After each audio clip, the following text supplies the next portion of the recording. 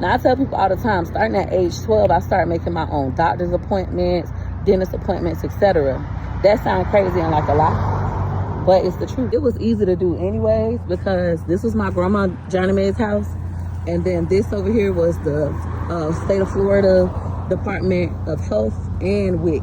So you can come here and make your doctor's appointments and walk to the doctor by yourself, and I could come and I could do my WIC when I had Gregory McKay. It was also a bus line, which I don't see the bus signs anymore, but bus 39 that used to take us to our other home was right here. Now, I will say this, as I was driving over here, I was getting emotional because I can see my mom started to mature during this season of her life. Like, she was a neglectful, absent parent up until around this time when my grandma started watching us, and she worked at Busch Gardens. She got her job at Busch Gardens and met her husband, and she became a better version of herself. Now, the reason why my younger years will still affect me is because those are my core formative years.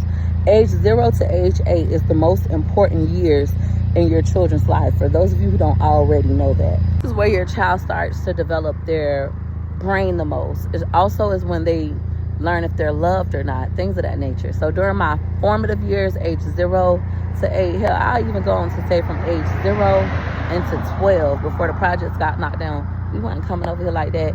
It was hell. I spent my 12 through, I'll say all the way up into high school years over here. That's when the projects had got torn down. I was in 7th grade, going to 8th grade.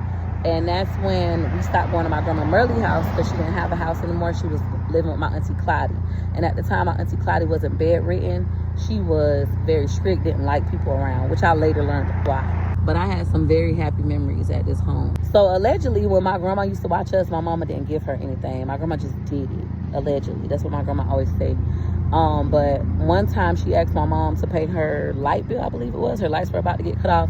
And my mama said she didn't have no money. And then the next day we showed up with brand new shoes on our feet.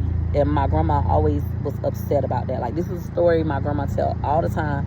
She always was upset with that. Like, I'm watching your kids for free, and you won't even help with the light bill. Your kids are here 24, well, not 24/7, but in the daytime and after school. So my grandma was always angry with my mama about that. How true is that story?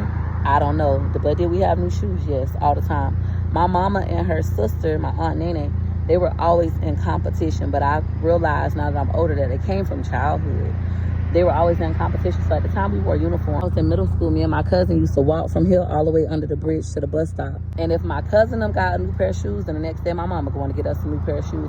And if we got a new pair of shoes, then his mama's gonna get, like, it was just in constant competition.